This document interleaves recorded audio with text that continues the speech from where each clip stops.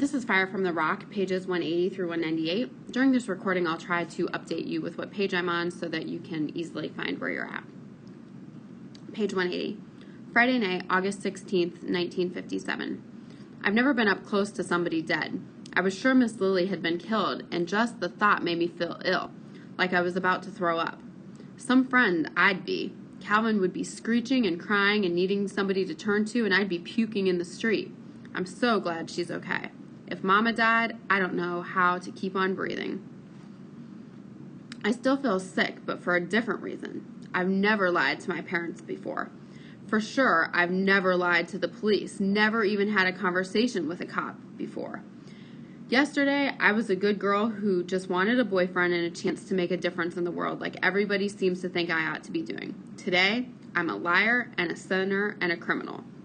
But it was all too much. The smoke, that smell, the way the ashes blew in the wind and landed on my head. I've never been so scared and so messed up inside. Johnny Crandall and his threats, Miss Lily may be gone forever, and Reggie, I've got to talk to him. It never occurred to me that it could have been me they were bringing out on a stretcher. All I could concentrate on was how bright the fire was, how hot the air felt, and how fast everything burned up and disappeared. Stuff they'd had their whole life, gone in just a short time. Our house, standing there ugly and gray, was the most beautiful sight I'd ever seen when we pulled up into the driveway. It seems like it would have changed while we were gone, like it should be feeling sad, like we were, but instead it looked solid and safe. I didn't realize how tired I was or how sore. I was covered with eggs and spices, my hair full of flour, my pretty yellow dress was filthy, and every muscle in my body ached. I couldn't get the smell of smoke and destruction out of my nostrils, or the image of those timbers glowing in the darkness. I took a shower and let the steamy water run over me for a long time. While no one could see me, I cried and cried and cried. I cried for the Zuckers and all the Jewish people who had already suffered so much. I cried for Calvin and his mom and the loss of innocent little daisies in her shop. I cried for Miss Lily, who was always nice to me, and I cried because I know the truth. What I don't know is why. Why? As I stepped out of the bathroom, still sniffling a little, Mama was there with a cup of hot tea, thick with lemon and honey the way I like it. I sipped it while she brushed the tangles out of my hair. Words weren't necessary. Not yet. Saturday, August 17th, 1957. Sylvia wakened slowly, hoping the events of the night before had just been a horrible dream. Then she turned over, looked at the scratches on her arms, and knew it was all too real. Her throat felt raspy, and she still felt a little nauseous. She was wondering why her body couldn't just shut down and let her sleep for a year or so. She stretched up and sat up, noticed her head ached a little, but she felt no serious after effects from the night before, at least not physically. She listened for the usual household sounds, but all seemed to be quiet downstairs. She noticed that Donna Jean had gotten up quietly and even had made her own bed. Sylvia got dressed, choosing a faded green dress that had been washed and worn so many times the fabric was soft. It made her feel safe. She took her time walking down the steps, each creak on the stair seeming to yell at her.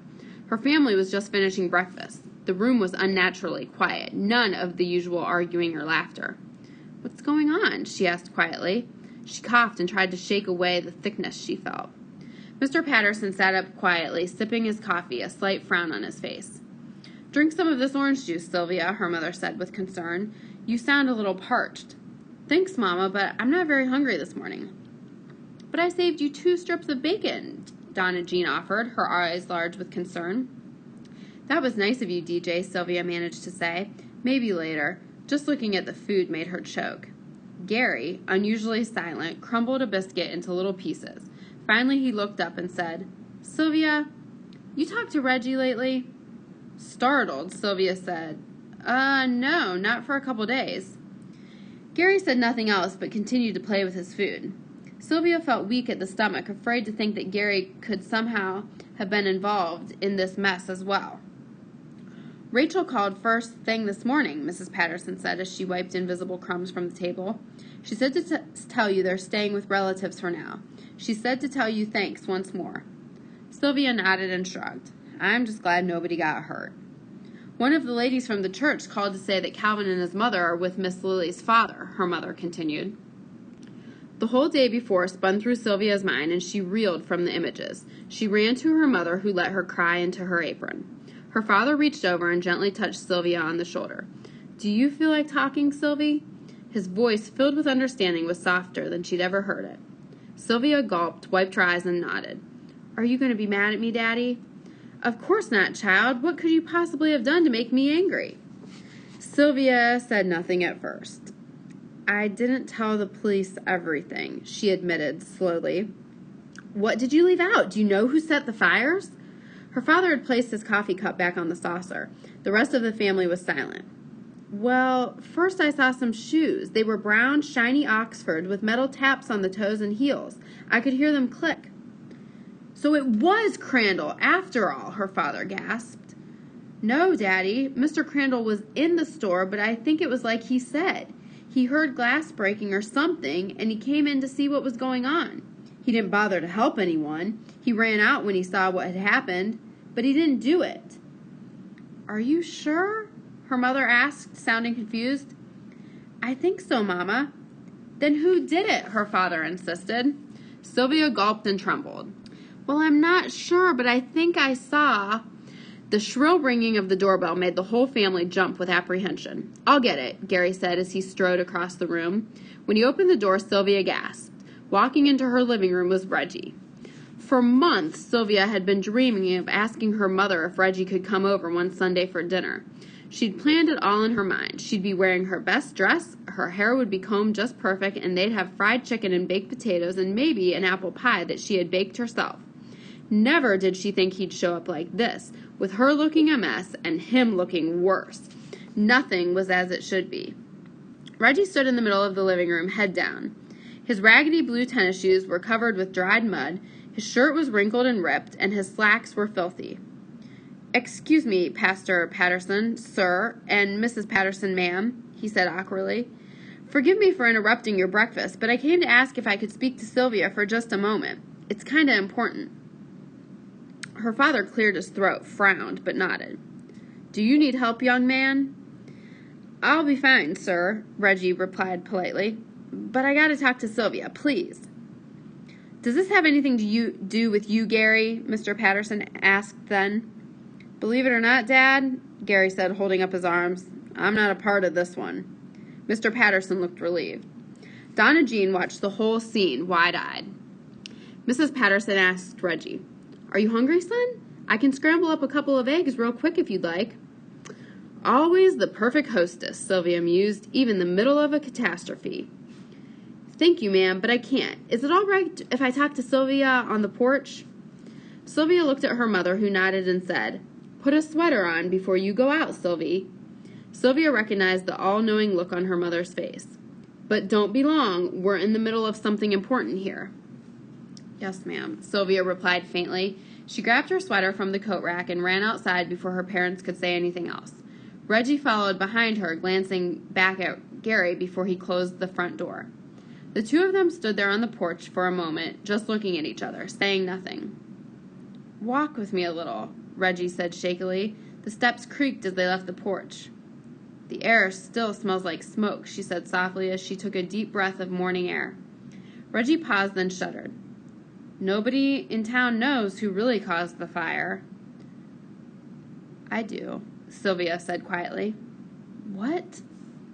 "I saw you, but I didn't tell the police."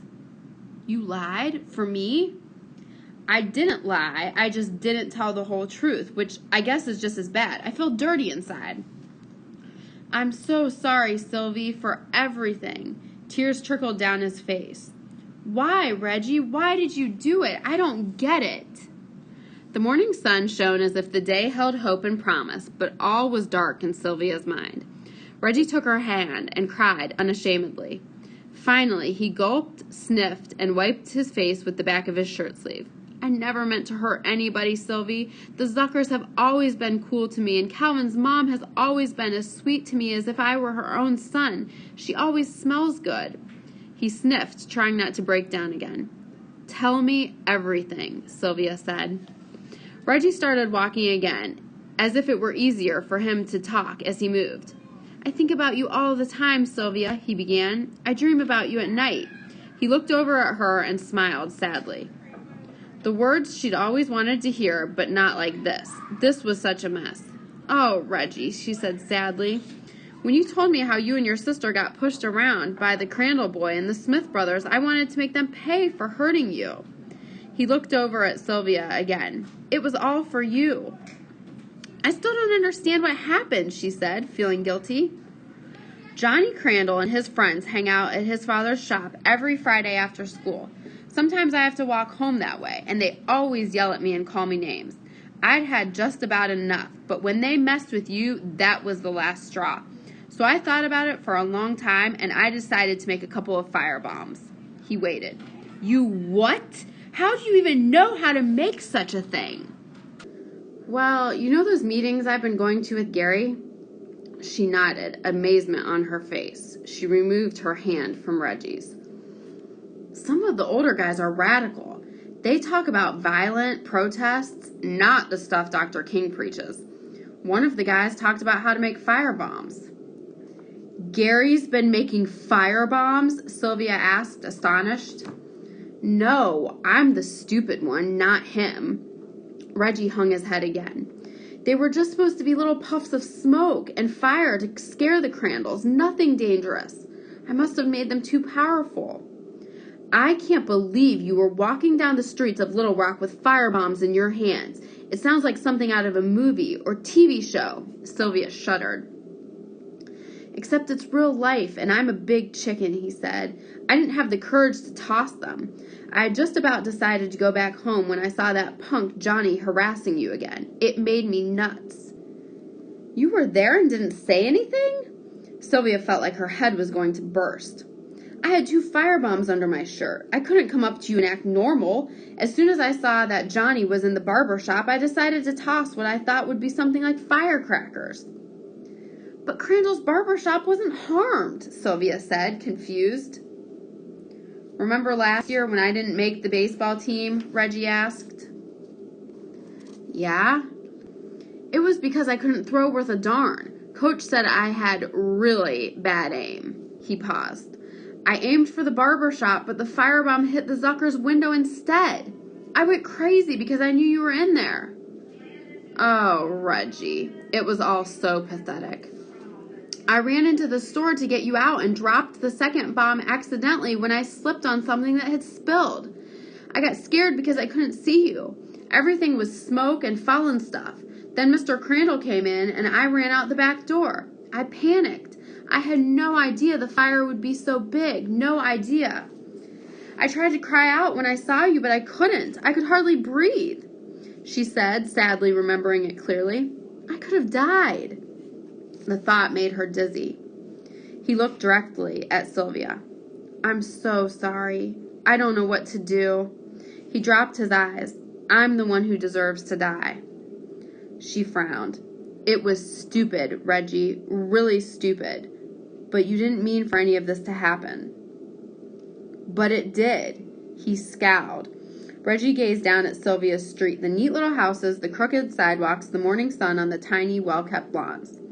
"I love Little Rock," he said wistfully. "You have to make this right, Reggie," Sylvia sighed, knowing that things had forever changed between them. "Somehow you have to fix what you messed up." "I don't know what to do," he said helplessly. "Maybe I ought to just leave town like my dad says. I've got relatives in Cincinnati. If I stay, I'll go to jail. I'm not scared to face my punishment, but I can't help anybody if I'm locked up." The thought of Reggie in jail made her head swim, but the idea of him cutting out on his responsibility made her ill. "You can't run away from this," she said. "That would really be the coward's way out." "I'll be back one day," he said vaguely, "but not until I make my parents and you proud of me again. I'm going to get a job, maybe 2 jobs, and I swear, even if it takes 100 years, I swear I'll pay them for what they lost." For the first time, Sylvia noticed he held his head a little higher. "I promise on my life." "It wasn't supposed to be like this," Sylvia said sadly. "I had such stupid teenage dreams about you and me. Lace curtains and picket fences and flowers and a garden someplace in a make-believe world. You've spoiled it, you know. Yeah, I know. But those dreams weren't stupid, he told her, his face drawn and serious. It's just that the real world isn't always as pretty as we had hoped. But we can try to make it better, Sylvia insisted. Come into the house and talk to my dad, she said. He might be able to figure out something. Oh, I couldn't. I'd be ashamed to face him. Reggie turned away from her. Be a man, Reggie. Sylvia's eyes flashed with anger. The whole town is going to know what you did very soon. There might be a better solution than running away with your tail tucked. White folks expect the worst from us anyways. Don't give them the satisfaction of being right. Monday night, August 19th, 1957. Daddy is a miracle worker. He convinced Reggie to confess to the police and apologize to the Zuckers and the Cobbs. They aren't pressing charges, but Reggie still has been charged with vandalism. Daddy says he'll be tried in juvenile court and he'll probably only have to do community service or pay something towards the damage. He'll have to drop out of school for now at least, I suppose. I've never known a dropout. I always thought they were bad kids who got into fights and skipped school and made bad grades. Not kids like Reggie, who I've known all my life. He has already promised to work and give his paychecks to the two families every week. Like his little $1 an hour job is going to make a difference. They've got lives to rebuild. Reggie can't pay for that. It's amazing how families in the neighborhood, both colored and white, are kicking in to help them rebuild. Mr. Herman from the hardware store gave them lumber. Mr. Massey from the dry goods store offered paint, and women from all over have been taking the two families' food. That makes me feel good, especially when all this ugliness still burning in the city. The Mothers League is still stirring up hatred, and the newspaper is still printing articles that predict World War III if integration happens. The past 2 nights I've had terrible dreams about the fire and explosions, about how close I came to death. Everything was so hot, so very red. It's like my brain is full of color and smoke. I wake up screaming, and Mama comes in to soothe me. Reggie is out of my life. I won't be seeing him anymore. That hurts, but only a little. Too much real pain floating around. I want to feel sorry for him, but he went too far. I finally get a boyfriend, and he turns out to be all mixed up. Maybe Rachel was right. He was just training wheels for the real thing. All I know is I have a big, burning hole inside of me. I feel like a dancer with no partner. Dance with me my agony, brittle on a shelf. Dance beyond my misery, lost within myself. Tears and pain, tears and pain. Memories return, dancers never leave the stage. Fires always burn. Dance away, dance away, dance away from fear. Spin around, spin around, spin around, and disappear. Mama, Mama, hug me quick. I dreamed you flew away. You perched on the back of a large green bird with feet like clumps of clay. Mama, Mama, hug me tight and wake me from my sleep. You smile as I dance to a long, stale song, and tears like mud I weep. Mama, Mama, hug me now. I dreamed of shadows past. You watched as I burned in the cold, dark fire like hope that could not last. Wednesday, August 21st, 1957. Dressed that morning in a new blue and white sailor-styled blouse and navy blue skirt, Sylvia felt refreshed. Her mother, who always sensed exactly what her children needed, knew that for once, homemade wouldn't do. Instead of making the outfit on her sewing machine, she had brought it home from the department store and left it on Sylvia's bed the night before. Thanks, Mama, Sylvia said with pleasure as she twirled around in the full skirt in her parents' bedroom. It's beautiful. It's a back-to-school outfit, her mother replied, her tone practical, but she smiled as she said it. Don't get it mussed and dirty before the first day. You're going to school with white children. I expect you to act as pretty as you look. The thought of going to Central made the sunny day seem suddenly cloudy, but Sylvia refused to focus on that today. You know, I'll always do my best to make you proud, Mama, Sylvia said, sitting on the edge of her mother's bed. You always do that, child. Maybe I don't tell you often enough how proud I am of you.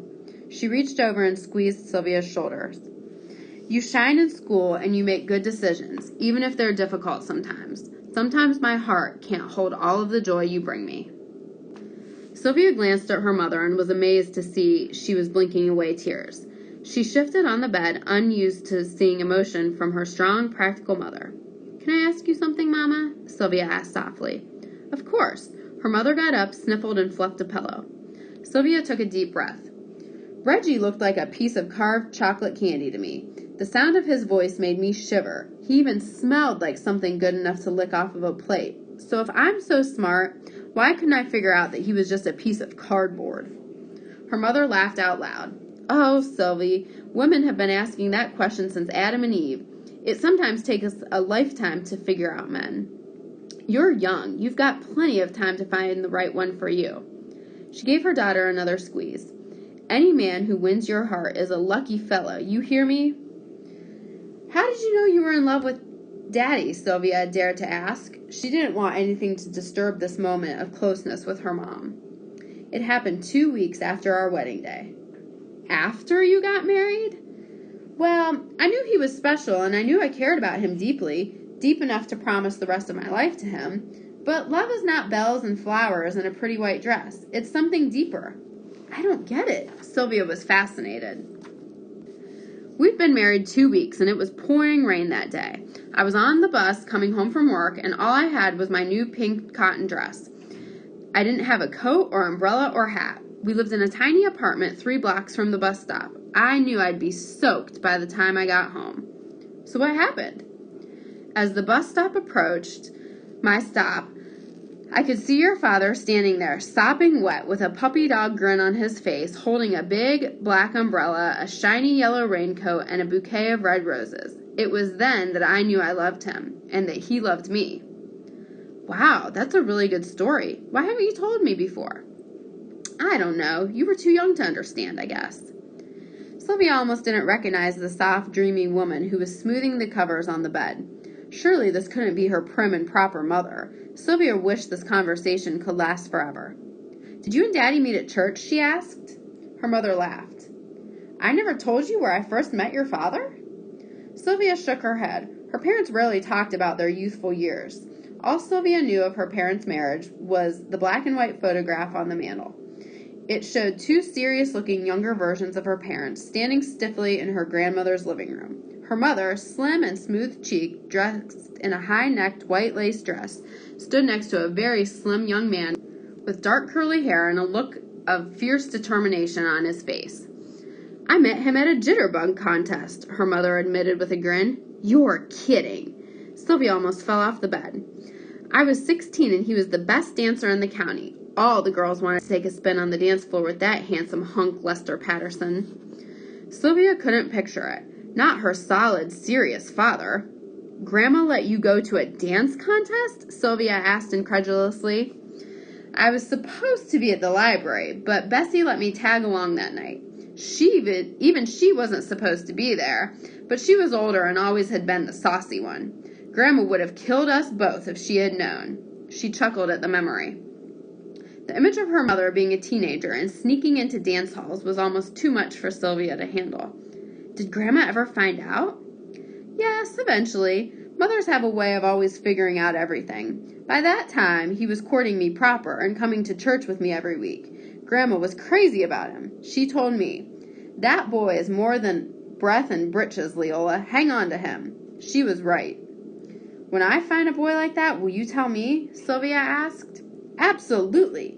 I guarantee to make sure you know my opinion on every young man who shows an interest in you from now on." "I should have kept my mouth shut," Sylvia said with a grin, feeling easy and comfortable with her mother for a change. "Not that there's much chance of me finding a boyfriend at Central," she added ruefully. "You're going to school to learn, not find a husband," her mother replied, a briskness returning to her voice. "I want you to stand tall, walk with dignity, and feel the pride the whole community carries for you." "Not everybody thinks this integration stuff is a good idea," Sylvia said carefully. "You have to live by your own set of standards, Sylvia. You can't let others make decisions for you." Mrs. Patterson tidied up the room as they talked, picking up her husband's socks and tossing them into the laundry hamper. "I feel so stupid sometimes, like I'm walking around in knee-deep mud and haven't got sense enough to get out of the cornfield." Like I've been trying to tell you, your father and I were young once, Sylvia. We made a lot of mistakes. Your road is not an easy one. No one expects you to travel it perfectly. It's hard to imagine you and Daddy ever being young and foolish. I guess you just appeared one day, fully grown and knowing all the answers, she teased. I was silly and headstrong like you can be sometimes, and your father was very much like Gary, always conscious of insults and discrimination. Your father rarely did more than complain, however. Gary's got more guts. What about DJ? Sylvia longed to keep her mother talking. She's a great mix of both of us, opinionated and outspoken, but needing constant reassurance that she's on the right track. She'll be the lawyer of the family. We'll probably need her to get Gary out of jail one day, Sylvia said, only half joking. Mrs. Patterson sighed. I hope not. Maybe this whole situation with the fire has calmed Gary down a little. Would you be disappointed in me if I ran away from all this racial confusion and joined the circus? Sylvia asked. Now, your brother I'd almost expect to see on the back of a decorated elephant, her mother replied with a smile. But I would expect you to be in the front office of the circus, running the show and collecting ticket money. You're just that kind of young woman, Sylvia. What's this I hear about a circus? Gary asked as he popped his head into the bedroom. Want to run away with me and perform for Barnum and Bailey? Sylvia asked. I hear they have openings for flamethrowers and trapeze artists. We could be a dynamic duo.